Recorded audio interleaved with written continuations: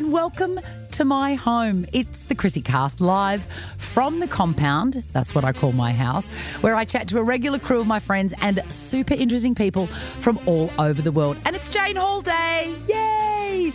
On today's episode, we reveal that we have fully entered our budget-busting era.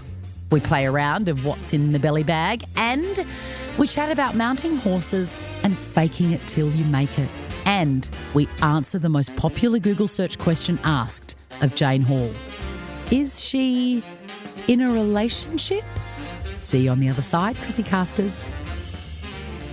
Welcome back, Janula Hall. Oh, thank you, Chrissie Swan. Great to be here. Good to see you again. Now, have you bought any faux hair scrunchies since we last met? Look, no, because they're not in my wheelhouse. Having a lot of my own hair, I like to keep it au natural, and I have no want or need for your Paddy Swan hair scrunchie. And also, that's not in the budget.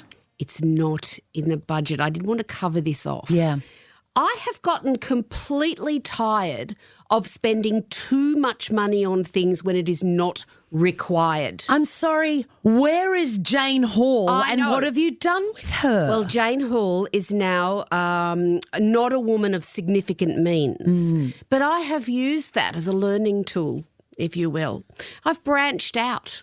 I've broadened my horizons, and I now look for more budget-friendly options to keep my style alive, and to keep your stomach full on a very, very meagre budget. Yes, I don't spend a lot of money on food. I will admit that. It always astounded me how much. I mean, no judgment at all, because I used to be a lot more casual with expenses than I am now. I've really reined it in as well. I mean, you're making your own bread, for goodness sake, so you can save $7 a loaf. Correct.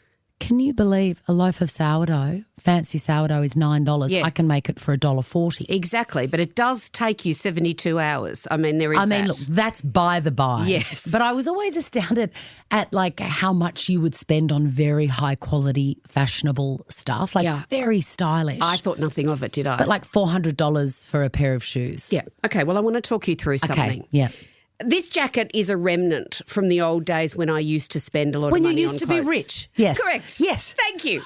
That was a and great thank you time. for bringing that up. Well, look, we've all been there. It's okay, but look, excuse me while I get out of this one. Oh, it's a stunning jacket. It's Thank a you. It is lilac a stunning jacket, number. but I want to talk to you about this. Yes. I want to put it on for you. Okay. Over my your casual white tee, right? For our beautiful podcasters, it is a beautiful sort of fitted, double-breasted, fits me like a glove. wide lapel too. Stunning.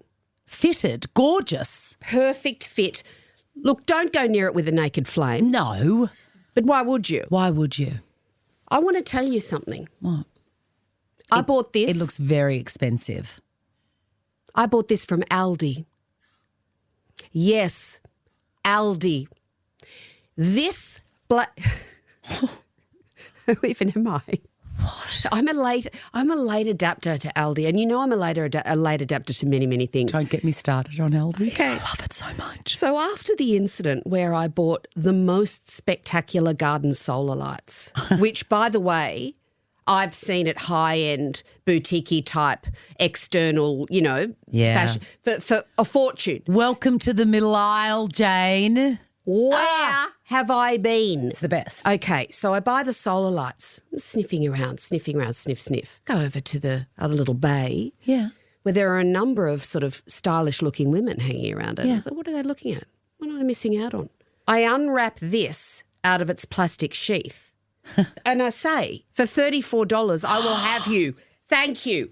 I will have you. Jane, Aldi jacket. It is so fantastic. It is so fantastic. Anyway, and the other thing, I used to spend $400 on a pair of jeans. I mean, I cannot comprehend that. Citizens of Humanity, $400. Are they the ones that you can't wash? You're supposed to put in the freezer? Have you heard that? Well, I have heard that, but that's pookish. I would never do that. Oh. None of my items are ever just not being laundered 1,000 times. Well, no, because fish fingers. Oh, Do you know what I mean? Frozen fish fingers. Are in there as well. Or, I'm wondering, what are you inferring about what my denim wear might smell like? I just feel like they shouldn't be in the same chest. Vicinity as your fish finger. Yes. Certainly. Okay. Jeans. Yes. These ones. Yeah. Target. Your $29 girlfriends. All I can tell you is welcome. And do you know what? You've always said to me, look further afield. You don't need Always. to buy your label. You don't. No. I go into Target in a frenzy because not only did I buy these jeans, Yes. I bought good quality Belgian linen shirts for Yes. $29. Yes, Jane. I've been saying this to you for years. Okay, well, now I'm listening, all right? My ears are open. You're like, 15 years behind me. Well, I'm and- 15 years behind most of the world. But now that you are where I was 15 years ago, the only way forward for you is down into the depths of the Maya bargain basement. Well, see this cardigan. I do. Pure merino wool. Is it? Yes. It's actually Country Road. Is it really? Yeah. Okay, well, I wouldn't have known that just by looking at it. I mean, I could have found that in Aldi. Do you know where I found it? Oh, look, could have been in the boot of your car. No. Well, where? Found it on the street on my walk yesterday. What? I found it on the street on my walk. What, just lying on the ground? Yes. A car has driven over it, so there's a little hole that you can see there it here. is, Yeah. yes. Or a rodent could have done that since it's That. been outside. Well, there's another hole there on the other But arm. I hate to alarm if you. I just go like that, you can't see. No, Merino wool. merino wool. Country Road, my size. I tell you what, that was the gods speaking to you, wasn't And it? this is why I don't go anywhere without a backpack because I stopped and I picked it up and I put it in my backpack and I have washed it. Oh, you have? Yes. Okay. But thank you to Janine or Kay. Yes. I feel like it belonged to a Kay. Do you? Yeah, and maybe she was sashaying around the shops and it's just fallen out of the crook of her arm. Oh, I'm getting Bernadette. Bernadette, well, thank you, Bernadette. Yes. So this is the only way forward for you. Okay, hard rubbish. First stop Aldi. Second stop, Kay's dropped waterfall jackets from Country Road. in your side of your road. It's not bad, is it? It's not bad at all. Congratulations. All right, well, I've learnt something new about you, that's for sure. A little budget buster haul. Halls hacks. It's going to be a thing we do. Oh, it's a thing. It's called Halls hacks, okay? Oh, I love this. I'm going to workshop that. Can you think of another one now while we're on the Aldi? The Aldi jacket is it? No, let's just end it on the Aldi jacket and then the next time we see each I'll other, have more. give us another one. Absolutely. Obviously, that is a surprise to me and you always surprise me. No one was more shocked than I can tell you. I have Googled you. Oh, no. Yes, because I know you so well. Yes. And I thought there must be some things that I don't know about This is going to end in tears. So I opened up Google on my phone and I wrote, is Jane Hall? And what were the top responses? And then, the top responses Yes. are the most popular endings of those sentences. No, I've never done this before. Oh. Okay, so do you want to know what most people are Googling about you? Do you want to have a guess? Is Jane Hall a tight ass? Yes. Ka-ching. Yeah. Is Jane Hall still addicted to honey soy chicken chips? ching? Okay. Yes. No, apart from those two obvious search requests. So, no, I don't know. Well, Married? close. Is Jane Hall in a relationship? And I want to know with Aldi. Who are these people? I don't know because no one has approached me for any kind of romantic interlude for many moons. So I don't know why these people, what do they want to know? Why would they want to know that? What are your... I have nothing to offer another person. Oh, my God, I feel the same. Nothing. I couldn't think of anything worse. People think that that's a negative, though. Like when you Why? go, I have nothing to offer, they go, oh, yes, you do. I'm like, no, that's not what I mean. I'm not after people to correct me on that. No. I don't have the bandwidth to give of myself in that sort of realm, to start all over again with someone, to meet their family, to discuss their hobbies, I just don't, oh, please, I just want to sit on the couch. Are you surprised with how badly that is perceived by the rest of the world. Yes, I am. It always surprises me too. I know. I have actually a lot of friends who are desperate to fix me up, desperate to say, oh, my uncle has recently divorced and, oh, he's lovely. And, you both like walks on the beach. You'd be perfect for each other. Guess what? Ring-a-ding-ding. No, we wouldn't. I've got no desire to go on walks on the beach with anyone other than myself. And I don't see that as a negative thing. I was talking to this great woman. Her name's Jodie Rogers. I know Jodie Rogers. She's wonderful. She's so wonderful. Love on the Spectrum. Love on the Spectrum. Okay, My she is goodness. amazing. I'm going to get her on this podcast 100%. Oh, great. But she obviously helps people on the spectrum working out what to do in romantic situations, which is frankly a human condition. I think that applies to everyone, doesn't it? Absolutely everybody. But she's also a sexologist. Oh, I didn't know that. They didn't bring that up on Love on the Spectrum. No, she's done a master's. In sexology? Yeah. What is sexology? That is exactly what I asked her. Please enlighten me. First of all, I said, are you really good in the sack? Yeah. Which is what everybody thinks when you hear that somebody's a sexologist. You just think they're mad for it. Yeah. Anyway, she was talking more about, it's sort of the study of sensuality. Okay. And, the giving and taking of intimacy. Yeah, all that sort of business. Okay. I know nothing about this. Anyway, she said, because I said, what advice would you have for a woman, not naming any names? Who's 50-11? Yes. Who just has no desire, no interest to dabble. And she said, I would say to that woman, HRT? No. She would say sensuality and sexuality is an ebb and flow situation.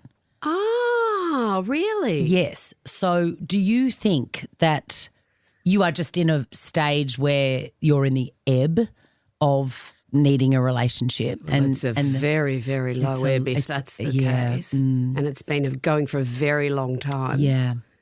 Maybe though. But when I'm 60-11, will I still be this disinterested in coupling up or doing anything more sensual than giving myself a foot massage? Will I? Oh, I was about to bring up something then and you would not like it. I will not do it. What? Is it about me? It is. You can bring it up, but if I don't wish to answer, I will not. No, remember I gave you something to try? Oh, yes. Yes, I do. Whew. We don't have to name names. Yeah, no, we don't have to name names. But from my perspective, yes, it's been very useful. Good for the fish fingers. Yes. Yes. And has it been charged? That's all you need to say. Yes. Have you charged it? Yes, I charged it. That's all we need to do. I know that you're a very private woman, but you did a little mouth burp, then a little gurgle. A little gurgle. But I'm trying to divert the conversation into another realm. It's officially diverted. Okay. You've given me all the information that I require. That was a very interesting day when that arrived in the post box, I can tell you. Here was I thinking she sent me a little special lip gloss from Priceline. Oh, no. Oh, no. No. Well, the thing is this. We were never told about this sort of stuff in the 80s and 90s. My glasses are fogged up. And I don't really like, the thing is this. If you've got that, what else do you need? What else do you need? That's the thing. Well, I can't think of a single thing. And also, I don't like the kind of vibe around the...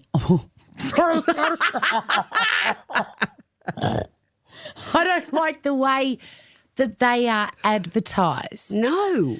Because they come across as a bit tacky. Yeah, but they don't need to be. You know, all that, touch me now. It's like, no, it's not about that. It's about something else. I don't know what it is about, but it's not about that. No, it's not about that. No.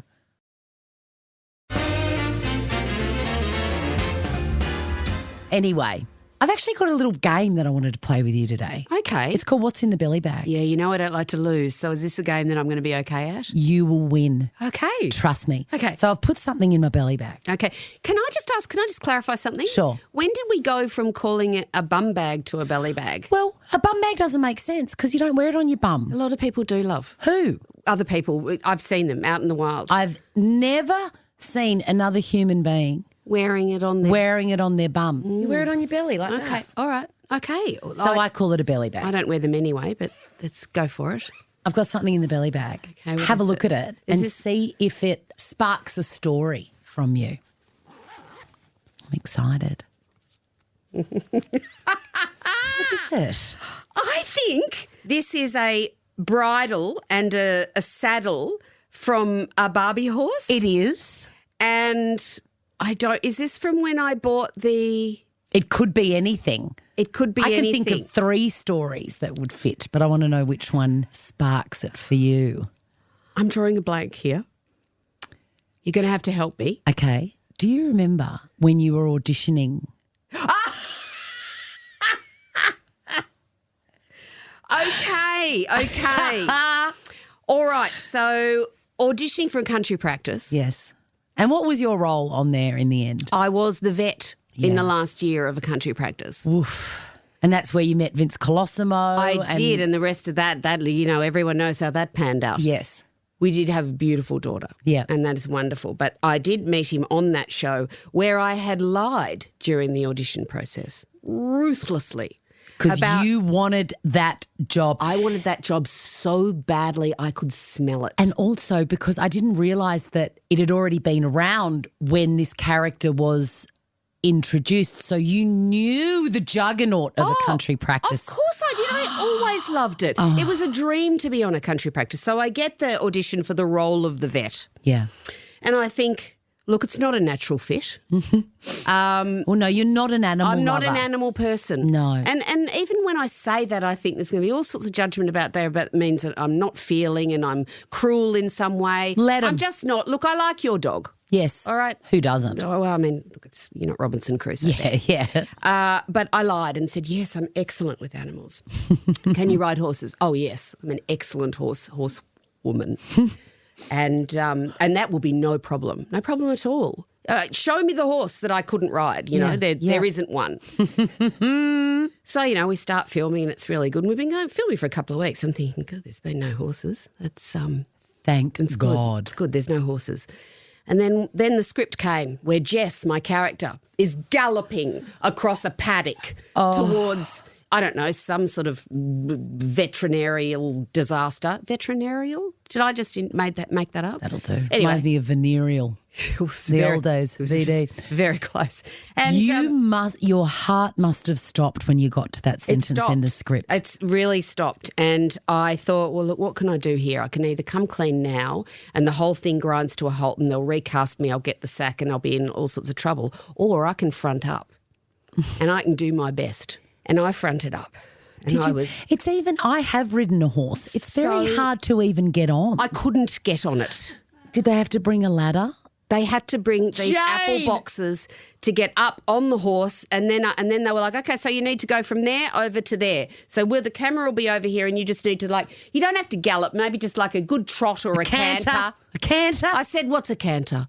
I said it internally. Of course. Okay. I was going to say, why would you give an indication that the jig is up there? Anyway, I couldn't get the horse moving. Come on, boy, come on, or girl, whatever it was. Horse didn't move. Cut a long story short, they ended up having to get in a stunt woman on the day at short notice to get on the horse and do the actual just sort of riding, which I had lied about.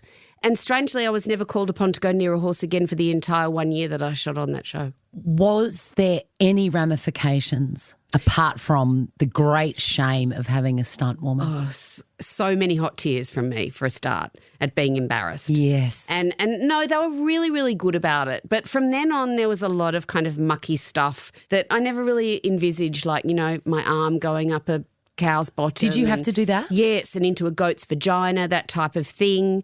And I feel like they maybe wouldn't have made me do that if I could just ride the horse in the first place. I want to talk about putting your hand inside an animal. Yes. Were you gloved up? And how far up the arm did you, to the shoulder in the cow or the goat? The cow. Surely not the goat. No, the goat was about here. I mean, it's basic biology, isn't it? Think of the size of the animal. That's how long the cavity is in a cow. Right up there. Big plastic glove, lots of lube. Don't worry, I had a vet with me who showed me how to do it, like a real vet advisor. She was fantastic. That seems like a violation to the animal. It is. You, Jane Hall, nothing to do with anything veterinary, with your entire no skills arm. whatsoever. Apparently, What does it feel like? warm and wet and very tight, actually. And it's a sensation that I haven't forgotten. And actually, even talking about it now, I'm reminded about how many things have changed in television. I'd wager that they wouldn't get your average 24-year-old actress to do that now, would they? No. No. Much in the same way that we have regulations about child actors. Yeah. Much tighter than when I was a child actor. I believe that they probably wouldn't let your layperson perform any kind of internal cavity search on a living creature. No, I don't think they would. What about You live and you learn, don't you? what about intimacy coordinators? What do you think of them? I only just found out that this happens now. I think it's great. Where somebody extraneous to the acting couple gives directions and it supervises. That's right. It's choreographed just in the same way that any kind of blocking is done for an acting scene. And everyone is made sure, like you talk about what your comfort zone is. You talk about where you're okay to be touched, how you feel about that. It's, you sort of paint by numbers. You go, right, on this moment you'll be touched here, and then the kiss will go for how long, and it will be this angle, and you'll be, I just feel like it's so much more respectful. All the sort of kissing scenes and bedroom scenes, anything like that I've done have just been, well, off you go. Okay, no one's looking. Okay, we'll just see. We'll roll up and see what happens. And it's just just recently in Wentworth, I had to do you've seen it. That's why you laugh. Don't laugh. Don't laugh. I wouldn't laugh. Sorry, I was so shocked. I mean, I know that you're a goer, and I know also that it's not Hang on you. a second. I've just said to you that I haven't, that I'm no longer interested in that sort of nonsense. Well, no, but I know that in the past you have it in you. Certainly. That you enjoy the physical side of a romantic relationship. Sure. So imagine my horror when I was watching it's terrible. Wentworth. Which bit? Well, there were was a couple two of them. Yeah. And I can't divorce you from your character. I think that's probably just because I'm not a very good actor. So no. It's because I know you so well. I'm crying again. And I saw you in a car. Oh, with Bernie Curry. With Bernard Curry. I know, and he's my friend. It's like, that was like. And you were bouncing on him. Yeah, it was terrible. I mean, it was fine, but we didn't have an intimacy coordinator. Your hair looked amazing. Oh, yeah, well, I mean, that's the only thing that did. Oh, my God, and then there was another one in an alleyway. Yeah, with my leg up against a. I know. But what a great leg. Look, it was true. As I say, I was in the peak of my powers then. That was when I was 50, so I was fine. I was right up for it. Didn't have a problem. But, yeah, look, very awkward, that sort of stuff. And Bernie and I are like great mates. Friends. And it's, really awkward. And he's very happily married, and we just had to get through it. Bernie and I were just like, yep, let's do it. Yep, no worries. It's going to be fine. And is it easier that when you have to do that sort of stuff with someone you know or with a stranger? I think it's better with a stranger. Yeah. You've got no relationship. Thanks for exploring what was in the BellyBag, Jane Hall. Of course, I was talking about the country practice role, but I did find another horsey story about you. Oh, okay. How's this headline? Jane Hall donates $50,000 Melbourne Cup winnings to a homeless charity. Now, I read that and I thought, gee, she'd bloody want that money now. She'd be regretting that decision. One of my all-time regrets, what I couldn't do with that money now. Unbelievable. But kind-hearted, so. Of course. I mean, that's me all over. Now, we were talking earlier about budget busters, and I am baking my own bread. It's been an evolution. I started off with just normal, and then I got into the sourdough. Have you got a bread maker, or you just do it like your oldie baker lady? I do it like how I imagine the women from the Bornhofen ad used to do it in the 80s. Do you remember them? Absolutely. With the big tits out. Oh, and Bornhofen. Hey! With some sort of apron and lots of flour going everywhere. I remember watching that. Hair. I remember watching that ad and just being like, it's a bit racy. Yeah. Yes, I like Bornhofen. Yeah. Did you ever get to buy a Bornhofen? I think it was a bit expensive for us, wasn't it? Oh, no, we had Bornhofen. Oh, wow. Yeah, because it would have been on Weight Watchers or something. Oh, of course. In the 80s. Limits. With Mum. Scarsdale. The Scarsdale diet. But I am making my own bread and I know that it is a fad. It is a fad. But I'm late to it. Yeah, that's right. Because all through COVID, people were sourdoughing. And that's rare for you because you're normally a really early adapter of fads. I am. I love it. I want to take you back to a conversation that we had many moons ago where you had one of the early iPhones and you were very busy on it. Yeah. You loved it. I still am. Absolutely. I And know I you are. still do. But my famous big call at the time was, Oh, I love this. text messaging will never take off. It will never take off. never take off. Well, you know, my dad doesn't believe in the internet. Oh, he doesn't believe in it. The sentence doesn't even make sense. Okay. Well, so Anyway- he doesn't. Yeah, right. It's big of you to, remember that you said text messages will never take off. Yeah. And to admit that you're wrong. I have been wrong. Oh, geez, it feels poisonous coming out of my... Well, because I'm guessing that you would be like me in that Prefer a text message to a phone call? 95% of my communication is done on text. I have no issue with it now. I'm you know, if- embarrassed. I don't be embarrassed. Yeah. I think it's good. It's old school. Well, I think it's hereditary. My dad once famously said that bottled water was overrated and would never take off. So there you go. That's where I get it from. In any case, talking about adapting to things. Yeah. I've tried your TikTok. Now, I don't fully understand what TikTok is, but I get them on my feed and I've tried some of the fads. Have you tried any of them? Like, you know, the hacks, the things that people say. I'm not on TikTok. TikTok. Did you see what I called it? I called it TikTok. TikTok. Yeah, I know. I've really got no idea. Anyway, I just love that. Have you got an account and everything? No. I just see them when it comes up on Insta. You know, Okay. the odd thing that you can do. So I've tried a few, and I've got to say, Oh, I cleaned my air fryer. there you go. You did, didn't you? Yeah, like bicarb, and I don't think that worked very well. it wasn't great. No, in the same vein that the idea that you can slice up lemons and put them in hot water and put them in your oven to freshen your oven. Yeah. Yeah, no. What happened was I had a good Pyrex, my best Pyrex, and all I ended up with was sludgy, cindered lemon bits that I couldn't get off from this Pyrex, and it had to go into the rubbish. It was gone. You threw out a Pyrex. Yeah, well, it was from 1972, so it's, you know. That's even worse. I know. So that didn't work. You know, there's something else I saw on TikTok or Insta or one of them is that there's two different Pyrexes and that you can tell which is vintage. Yes. Something about the triangle? Something about something. And that would have been a vintage one. Would have been because I got it off Grandma Liza. Oh, well, no more. Anyway, thank you, Granola. TikTok. And then I tried when you boil an egg, Yeah. if you tap the top of the egg where the little air pocket is, Yes. then the skin will slide right off. Rubbish. What a load of codswobble that was. So many eggs I went through trying to perfect that. That's annoying. So annoying. And then, because when you're 50-11, you do a lot of gardening.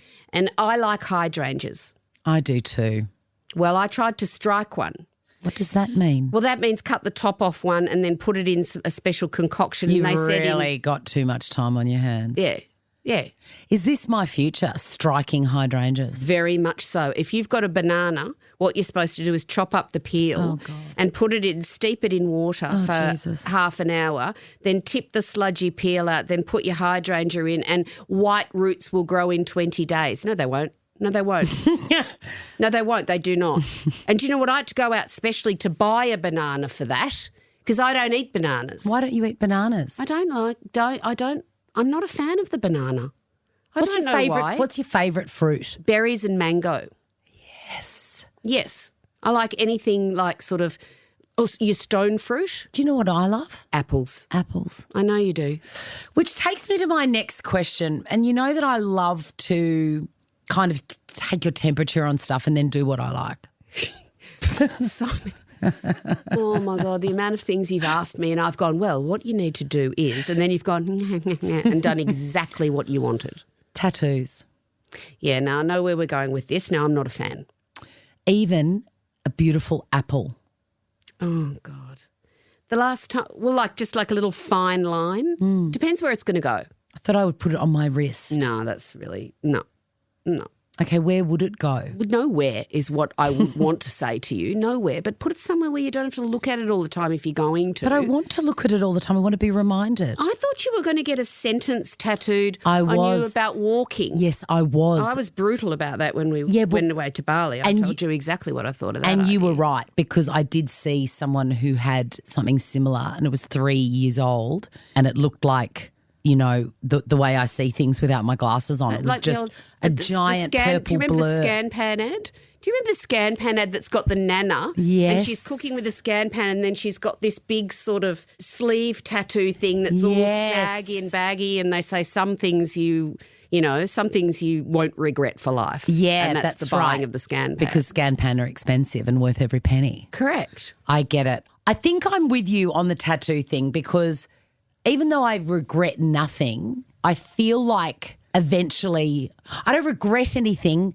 but I do get sick of things. That's right, you do. Yeah. You are forever painting walls and buying different artwork And get rid stuff of that. Like that. And that's old. I don't need that. I don't like it anymore. Yeah, What and are you going to do if you've got an apple tattooed on I you and then all know. of a sudden you move to like bananas? It's the permanency of it. And I think we are hitting the nail on the head here with you and I. Yeah, what is it? Well, we just don't really like anything that's too permanent.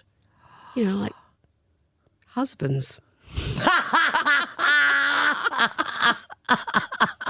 Is that a fair call? I think you're right. I don't like to be hemmed in. I don't like. I don't like there to be nowhere out of something. You know? Is it commitment? Well, I don't know, because I committed to you.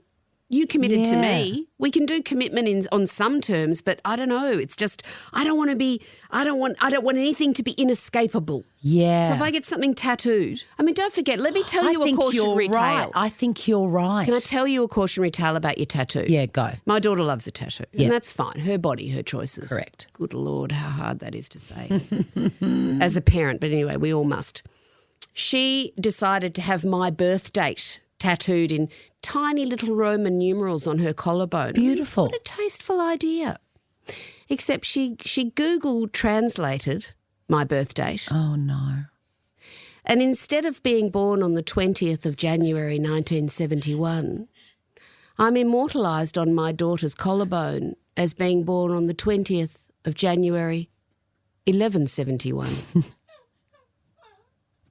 Now, that is offensive to someone who's 5011, but also how embarrassing. But also, it's sort of the truth. And it's sort of sweet. Like the fact that she did that for me, I was just like, oh my God, that's so gorgeous. Like, That's how lovely. so sweet. That's like the most romantic thing anyone's ever done for you. Totally. Are you a romantic person? I used to think so, but I don't believe in it anymore. I just don't. I don't have that. Again, I just don't have it in me. What's happened? I don't think I'm romantic either. No. And I don't know why that is. Perhaps it's Because I'm really thoughtful. you are and very thoughtful. And I'm very loving. And one of your favourite things to do, your love language is giving. Yeah. And you love to buy presents for people. Yeah. You always have done. But I don't know. I feel like in your life there haven't been very many romantic gestures bestowed upon you. Yes, but I think that's my fault. Oh, do you? Yeah. Because you're a bit like la la la. Yeah. I don't know. It's the one area of my life that I'm just eye roll. Yeah, right. And I always have been. Yeah. Do you know, I do this stupid thing every Valentine's Day. I think, oh, God, might just go and have a little look in the mailbox, see if anyone's popped a little missive in there, a little gesture of love, a little branch of a flower. I'm going to have to remember to get onto that piece of next grevillea Valentine's. from the national park. No. Nothing. No, nothing ever. Nothing ever. Why do I look? Why do I waste my time? Why do you? I don't know. I'm just a glutton for punishment. You want it, but if it came, you'd hate it. I probably would because, again, hemmed in. La, la, la, la, la.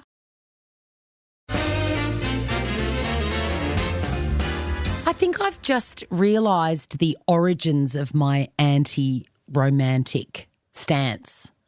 My grandmother, magical woman, I remember having a conversation with her in her hot as Hades house in Brisbane. Oh, my God. Because why would they have air conditioning? They just didn't in the 80s. No, that's right. My mum suffered through Mildura heat with nothing. Nuts. Anyway, I was in her house and the fan was going.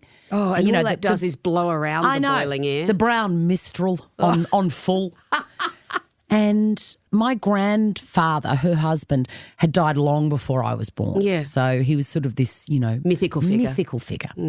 And, as a child, I always knew that Gran was on her own. That was her life. Yeah. That was the only one I knew. Yeah. So I always was fascinated at her somehow metamorphosing into that role from a wife and living with someone and all that. Yeah, all that sort of stuff. So I remember saying, it would have been about 7, and I said to her, Gran, when Paddy died, why didn't you get married again? Or will you get married again? And she said, why the shit in hell would I do that? And it wasn't the answer that I was expecting. No.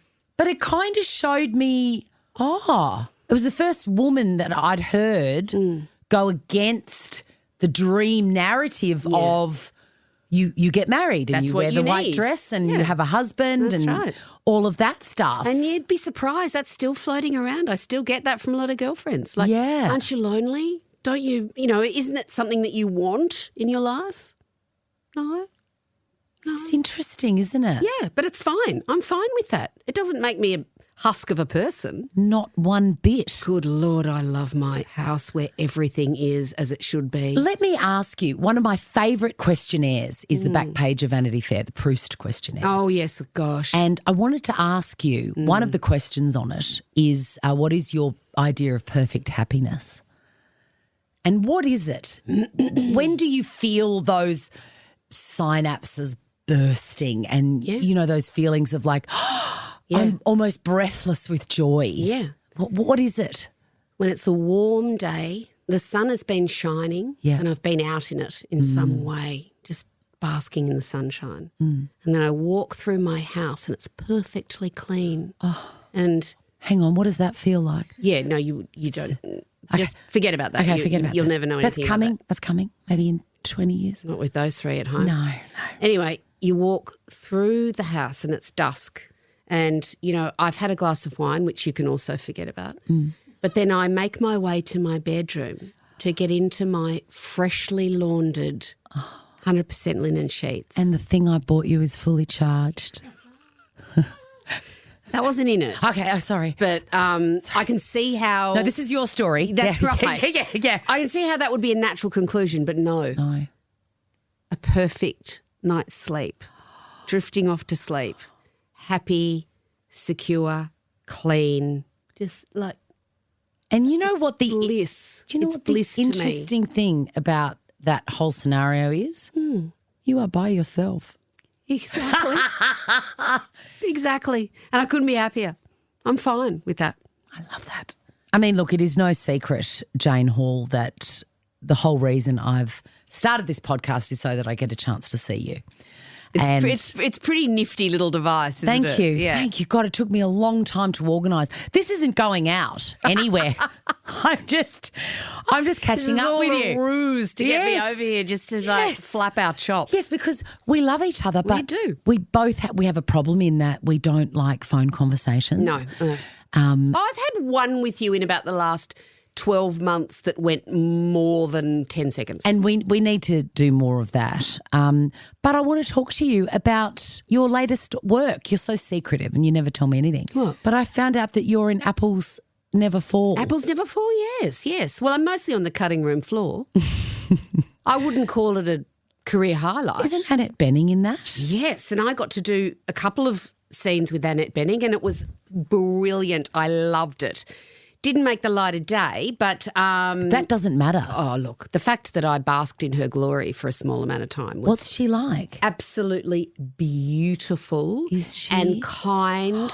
And she's got that distinctive, beautiful, deep kind of melodious voice. Yes. She was very buoyant on set and kept everyone... The one night that I did with her was a big sort of long night shoot And she was kind to all the crew, and she was fun, and she sort of kept she jigged everyone along, and yeah, it was really, really, really fun. It's always fun to do those big American jobs, even if you're just eating a shit sandwich in the background, which is what I was doing. Yeah. Because it's on a grand scale. Oh, it would be You're in those, fun. You're working on those big sound stages with crews with hundreds of people with this thing called craft services, which is a tent that has a kitchen in it, and they cook food all day. Right? And you can go over to the craft services tent and get yourself a little paella or a little bruschetta. Or, they'll make sort of individual soups or custard tarts or whatever. This stuff rolls out all day, and it's so great. And everyone has a trailer. It's not like when I was in Neighbours when everyone gets changed in the same room. Yeah. Yeah. Oh, no. I had a trailer. My own trailer with its own door and a lock and a little bed to lie down on. Like Dolly Parton. Did Dolly Parton have a trailer? Yes. Oh. And Oprah. Oprah's got a big camper well, it's not a Winnebago like Oprah's. But mind it's you, yours. Annette had her own big one. Did she? And so did Sam Neill. So it's just fun to see those things on a grand scale because we just generally don't have the budgets in Australia to make stuff like that. Yeah, and you're so low key. I mean, I had to Google that to find out that you were doing it. Well, I said like 6 lines. Doesn't matter. Give yourself a plug. Where can you stream it right now? Well, you Googled it. You tell me I don't know. Are you joking? No, I'm not joking. I watched the first episode on something. I saw me looking bewildered in the background. I didn't watch any more of it. I can't remember. Well, of course, the great question is always what is it streaming on, and I never have the answer. So, well, I think it's not Netflix. It's Foxtel and Binge. There you go. Foxtel and Binge. Catch Jane on it now. I want to end the podcast with another little talk about another little story related to Apples Never Fall. When I read that you were in that series, it reminded me of a time that when we were working together on Mix, now Kiss. Okay, so this is in the first year? Yes, I think so. Before we rebranded. I feel I wasn't there for the rebrand, so it was always Mix with us. No, wasn't it? No, don't you remember they did that classy thing of firing me and then rebranding it while I was still in it? Yep. I'm not quite remembering the joy of that period. Magic. You and me worked with a guy called Jamie Rowe, who we're still friends with. We love Jamie Rowe, yes. And he had one of those brain farts when he was trying. He had a few of them, actually. He had a few, but this one in particular is just going to remember it and laugh. So I think I was talking about Leo, who was about 5 or 6 at the time, and I was retelling a story where he was like, Mum, how come I can never have an Egg McMuffin from Macca's? And I said, you wouldn't like it. And he's like, I would like it. You got to buy it for me, please, Mum. He had a little list. Yes. And so I bought him one, and then he took a bite of it and he said, I think I prefer my eggs organic and free range. Right? Which is still summing him up perfectly, isn't Classic Leo, and could only come from a child of mine. Yeah. Well, at that point, this is all off air. We were just talking as friends. Jamie had a brain fart and he said, well, the apple doesn't fall far, fall far, fall far, fall far, fall far, fall far, fall far. I remember that. Fall far, fall far, fall far, fall far. And then his eyes were frightened, like, fall far, fall far, fall far. He had a glitch. He glitched, didn't he? There was a glitch in the Matrix. Fall far, fall far, fall far. And you and I were willing it to happen. And then I think eventually he went from the tree. And on that note, I thank you again for your time. Please come again soon. I live for this. I will be coming. I mean, I think we can all agree that clothes off the street or from Aldi are equally excellent then, can we? It's all about the attitude, bibbies. That was Jane Hall. You can follow her at It's Jane Hall on Insta. And I am Chrissie Swan at the ChrissieCast on Insta and Facebook, if you like that sort of thing. News, episode updates, and who's up next is all there. Check it out. See you next time.